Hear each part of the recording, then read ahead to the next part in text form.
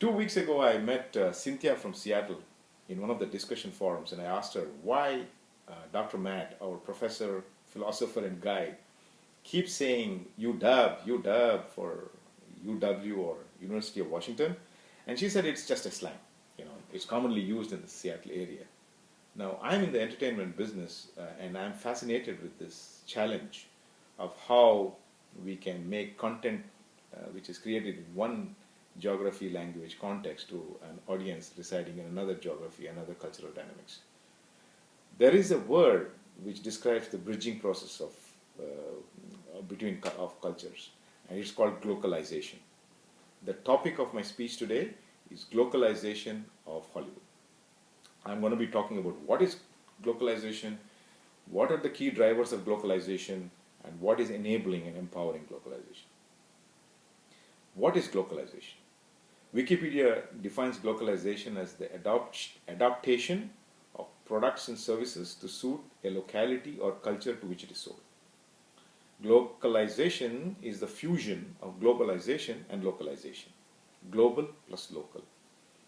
Now, this has been very successfully applied in the media business, particularly in advertising and television. In the advertising business, whether the ad campaign is for soaps or shampoos or shaving blades, glocalization is proactively applied. The same brand will have different messages which depends on the markets which it is addressing to. In the television business, this is done through what's called TV format licensing. We have seen Who Wants to Be a Millionaire, Dancing with the Stars, or American Idol, broadcasted in different language versions in different countries. So both advertising business and TV business have successfully applied glocalization. What about movies? The key drivers of glocalization in movies are two important factors. One is the enormous potential of the local markets. Secondly, the risks involved in making movies for the local markets. What's the potential of local markets? When I say local markets, I am referring to markets which is outside the Western Hemisphere. So local markets are the markets which are in Eastern Europe, Middle East, Africa, Asia, and Latin America. The quantitative aspects of local market is significant. We have 4 billion people residing in these markets who primarily speak about 50 languages, and each of these languages have significant population clusters attached to it. Those are the local markets, these 50 language clusters, at least 50. There are more, but I'm just saying 50 is significant. The qualitative aspect of this potential is never in the history of humankind we have seen such an upward mobility of people to the middle class. Kishore Madhubani, a renowned author and a professor, has written a book called The Great Convergence, where he is forecasting Asia alone to have 1.75 billion people in the middle class in the next 7 years. It is significant. Nobody can ignore it. No industry can ignore this middle class population, because they are not only having higher disposable income, they are younger demographics. 90% of the world's population below 14 years of age will be residing in local markets. The kind of consumers who are basically the low-hanging fruit for movies. Now, the other factor which is pushing movies, the studios to embrace glocalization, is the risk factor involved in making movies. Most of these movies cost now being made to service these markets cost anywhere between $100 and $200 million. Transformer, Fast and Furious, Superman, Spider-Man, Harry Potter, and most of the movies that are made because there was a book out in June called Sleepless in Hollywood by Linda Obst. She was the executive producer of Sleepless in Seattle.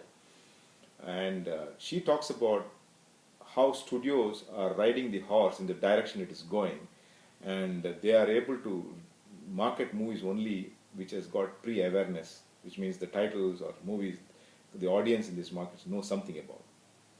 And these are very expensive projects, and there is no room to make mistakes.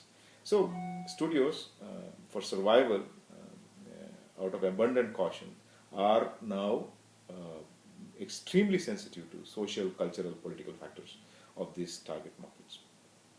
So, market demand, market potential, and the risks involved in servicing these markets is driving the industry to globalization. What is enabling and empowering globalization? The enabling empowering factors are three. One is the Hollywood industry has now actively pursued in having a local presence in most of these key markets. They are acquiring companies, they are getting into co-productions, they are having joint ventures, or they are setting up their own offices. They have boots on the ground in these markets. That is one enabling factor. The second enabling factor is the last 4 or 5 years, out of sheer necessity to optimize efficiency and costs, these $100, $200 million projects have got a global pipeline, a workflow, which has now co-opted technicians and artists from Asia and other parts of the world to make movies. And they have refined this whole global pipeline to an extent where now projects are seamlessly being executed, where the creative heads are sitting in Los Angeles and the workforce is distributed all over the globe. And thanks to technology, thanks to cloud, it's being done remarkably well. But that global pipeline is a foundation for glocalization to evolve to its next level. The third factor is the real possibility. Probably this is the most important takeaway for you people listening to me, is that today there is a real possibility for glocalizing intellectual property. The genius of Hollywood is its core competence of transferring a story to the visual medium. They have perfected this art over millions of hours. They have and solving problems as they go along in every movie.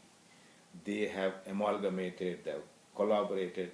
They are masters of this game. That's why they are great.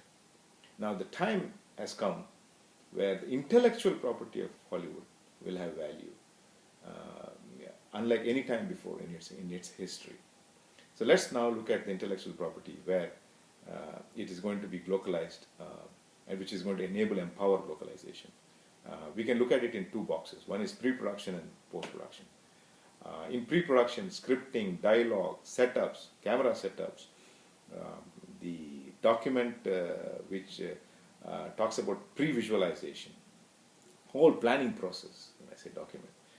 All these are intellectual properties which can bring tremendous amount of efficiency and economy for localized productions of movies.